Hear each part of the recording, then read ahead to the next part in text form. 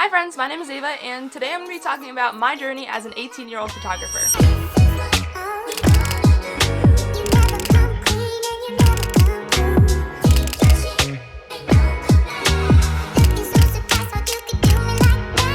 This video is going to have a lot of information in it, so let's break it down. Today I'm going to be talking about my background in photography, how to price yourself, how to market yourself, some legal stuff, and then the gear I use.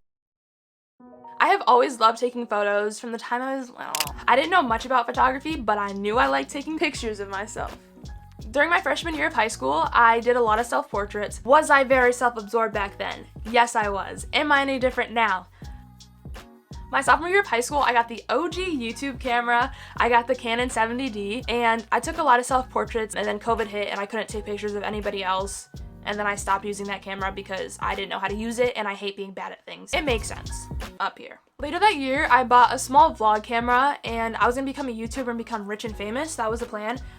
Ended up never using it for vlogging, but I love the camera. I spent the entire summer documenting me and my friends on it. I was really just taking pictures like all the time, literally non-stop, just like flashing. Okay, that sounds so bad. Flashing my friends. Anyways, later, I think my timeline's a little messed up. The summer before my senior year, I went on a senior portrait session with my friends. A photographer turned around her camera to show us what the pictures were looking like, and literally in that moment, I knew I wanted to be a photographer. So shout out to you, Marina. That night, I went home and I ordered a new camera. Also, need to put it out there, don't just go ordering cameras, do your research. Editing Ava here. Use the gear you already have, develop your skills, and once you have enough money, invest. And when you invest, go all out. If you're already going to be spending a lot of money, might as well spend it on something that's good. You know what I'm saying? I'm also an all or nothing type of person, so take this advice with a grain of salt. I take a lot of risk, but you know, high risk, high reward, you know what I'm saying? The camera that I bought was the Sony a7 III, and this camera changed the game. I started off by doing like free shoots with my friends. I did one with my boyfriend, I did one with my other friends, and then my other friends saw those photos and they asked me to do their senior portraits for money.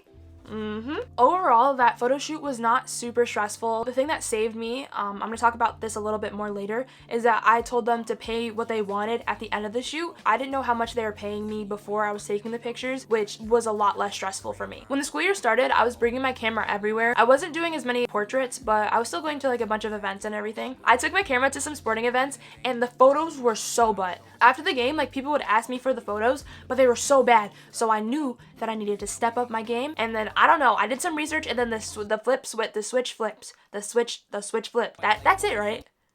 The switch flipped. Anyways, something clicked up here. Things were making sense. I figured out the problem. Basically, I just learned that lenses are just as important as your camera. The lens I bought was the 85mm f1.4, still one of my favorite lenses, and this worked really well during the basketball season. I was also helping out with the yearbook at this time. When the basketball season ended, I realized that I need is a crazy word, but I needed a new lens for the outdoor sports. The problem is, there were mad haters. You know who you are. They told me that it wasn't a good use of money. I should use my money more wisely, and I suck and I'm butt. That's what they said. They told me that. At this time, I was trying to buy a car. It was either money go towards the car or money goes towards the lens. And so, I mean, I guess I see where people are coming from saying that I should get a car over a lens, but like, they were still hating, you know what I'm saying? But I never listened to the haters, and so I bought that lens. The lens I bought was the 70-200 f2.8. After I bought this lens, my photography went crazy, and the haters became the fans. Because I was a part of the yearbook, I was photographing every single sporting event. This was really intimidating to me at first, but I ended up loving it. The reason why I was intimidated is because baseball and softball, they hit it, it can hit you. You know what I'm saying? And I was not trying to get hit, especially with the camera up to my face, like I can't see it coming. I didn't get hit though. We survived. People were asking me all the time in the hallways, like if I was coming to their game. All it took was one person to ask me and I was there. It made me so happy that I was able to do that for them. As an athlete, it was really important for me to photograph other athletes because it's really hard to get good sports photos. A phone can do a lot of things, but it cannot take very good sports photography. I could be wrong, but in my experience, not the best. I also made it a priority for my business to make sure that people had access to the photos. You always see a photographer, but you never know where to get their photos. So I got a website together and made it very easy for people to download the photos. I made so many connections by photographing all the sports with the parents, with the teachers, with the kids, everybody. Eventually, people started hiring me for events. The first event I did was the award ceremony that my high school was hosting. Then I did junior prom, senior prom, and I wasn't hired for graduation, but I took pictures the entire time.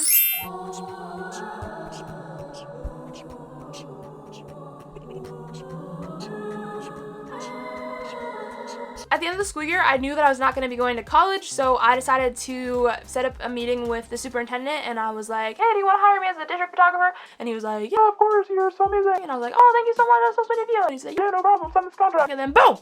I was the school photographer. I was the district photographer for the 2022-2023 school year. I also did a lot of other things during that year. That was considered my gap year, but I worked full-time on my photography business, and I also went to school full-time doing online classes, so it wasn't really a gap year. I'm probably going to make another video talking about what I did that year because I did a lot, and for some reason, I don't know why I didn't talk about it. The summer I graduated is when I officially started my business, but I honestly didn't even have that many gigs during the summer. I was pretty free up until August, and that's when I started doing senior portraits, and then from August to October, my schedule was booked basically every single day.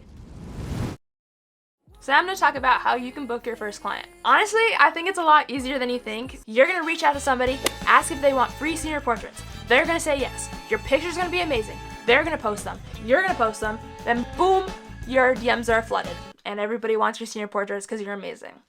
If that doesn't work, do it again until it does. Now I'm going to talk about how you can price yourself. There are smart ways of like pricing your photography, like basing it off of your time and effort and blah, whatever, that type of thing.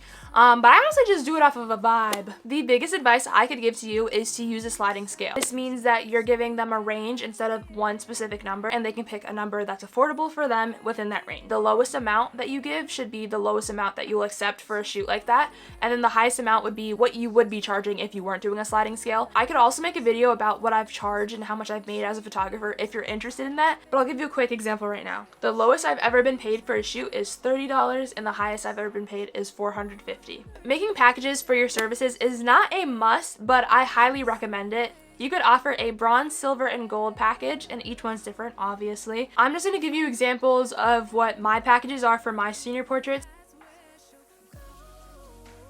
That's just my example. Yours is going to be totally different, or it could be the same. It's completely up to you. I found it really helpful when I was figuring out what I wanted to offer in my packages to look at other photographers' packages. You can just do this by searching it up on Google, like senior portrait photography packages. Another thing I want you to keep in mind is that you're worth it. A lot of photographers undersell themselves, and I don't want you to do that because you're amazing. You got this. If you choose to do the range, just make that top range just a little bit higher. You're not forcing anybody to pay anything, so just do it. You're worth it.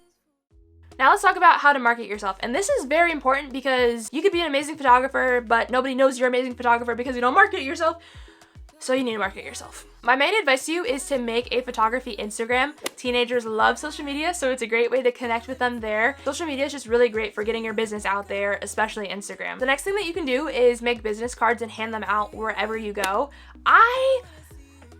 Everybody asks me for business cards all the time, and I haven't done it yet, and I feel really bad about it, and I don't have anything to give them, and then I'm missing out on potential clients. Photograph a bunch of events for free. When you're first starting off, doing stuff for free is a great way to build your connections and to build your portfolio. This one's more directed towards sports photography, but if you're taking pictures at a sporting event, make sure the people get the photos. An easy way to do this is to reach out to the athletic director or the coach and ask them to email it out to the parents and the kids. Word by mouth is crazy with photography. Encourage your clients to share your info with other people and also to tag you when they post. Also, try to have an easy email that you can give out to clients. This section I'm keeping really short because I don't really want to talk about it because I don't understand it. My mom helped me with like all of it, but I feel like some things I might say could be helpful, so I'm just going to talk about it really quickly. To make your business legit, you need to have an LLC or a sole proprietorship. I have an LLC, don't really know what the other thing is. I'm going to link an article down below and maybe that will be helpful for you. I just don't really understand it personally. But yeah, I have an LLC and it was required by the school district for me to become the official district photographer. Most legit businesses are going to ask you if you have an LLC before working with you. I feel like some will turn you down because you don't have one because legal rules, but I just definitely recommend making yourself legal so you're not missing out on any business opportunities. I have liability insurance for my LLC. I did this by going through a local insurance company. Just search up local insurance company near me and you'll find one. Don't be afraid to ask them questions if you're confused on anything. I asked my person a lot of questions and she didn't make me feel stupid at all, and I really appreciated her.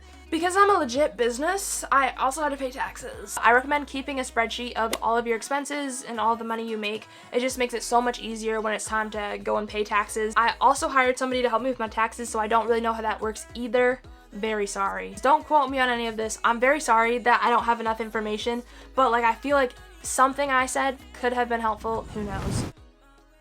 The camera body that I'm using right now is the Sony a7 IV. That is my go-to for photography and honestly videography. I 100% recommend this camera to literally anyone. I started off using the Sony a7 III and I also recommend that camera to anybody. It was a great camera for me and I honestly could still be using it right now. I just wanted the a7 IV because of the flip screen because I wanted to take videos. My two most used lenses are my 85 f1.4 and my 70-200 f2.8. Those lenses are both amazing. I use the 85 mainly for portraits, but it can be used for other things. Like I've also used it for basketball. And the 70-200 it can also be used for portraits, but I mainly use it for event photography or sports photography. So how did you afford all of this, you may ask? Well, that's a great question. My mom.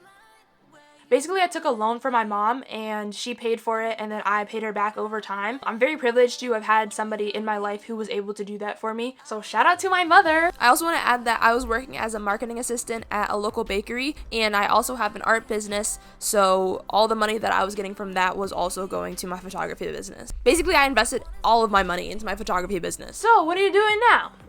Glad you asked. I'm going to college this fall, and so I don't really know what's going to happen to my photography business. I think it'll just slow down and then I'll go crazy again in the spring/summer when I'm done. I love photography and I don't plan on quitting anytime soon, but yeah, for now I'm just going with the flow. The biggest thing that helped me this year was creating my own opportunities. An example of this is the time I photographed the Brianna Stewart basketball camp. I saw a flyer for this on my Instagram, and so I reached out to her team, I emailed them, and I asked if they needed a photographer, and they did, and they hired me, and I offered to do it for free, and they paid me money. So that was really cool. No matter how big the event is or whatever you want to photograph, just reach out because the worst thing they can do is say no. And I know rejection sucks, but like, you just gotta do it because missing out on that opportunity would have sucked. Thank you so much for watching. I hope you enjoyed it. I hope it was at least a little helpful. Subscribe if you want, like this video if you want, and I'll see you in the next one. 3, 2, 1. Oh my god, so cute. Ready? 3, 2, 1. 3, 2, 1. 3, 2, 1. 3, 2, 1. Oh my god, these look so good. Oh no, it's on focus. Just stay there. I'm just come a little closer. Oh, this looks so good. As long as it doesn't eat you. Oh my god. Okay, so this is my changing tent. I'm really scared. Ah! Do I pull this? Yeah. But it's not, yes! Hot cheese. Ah! For this, you can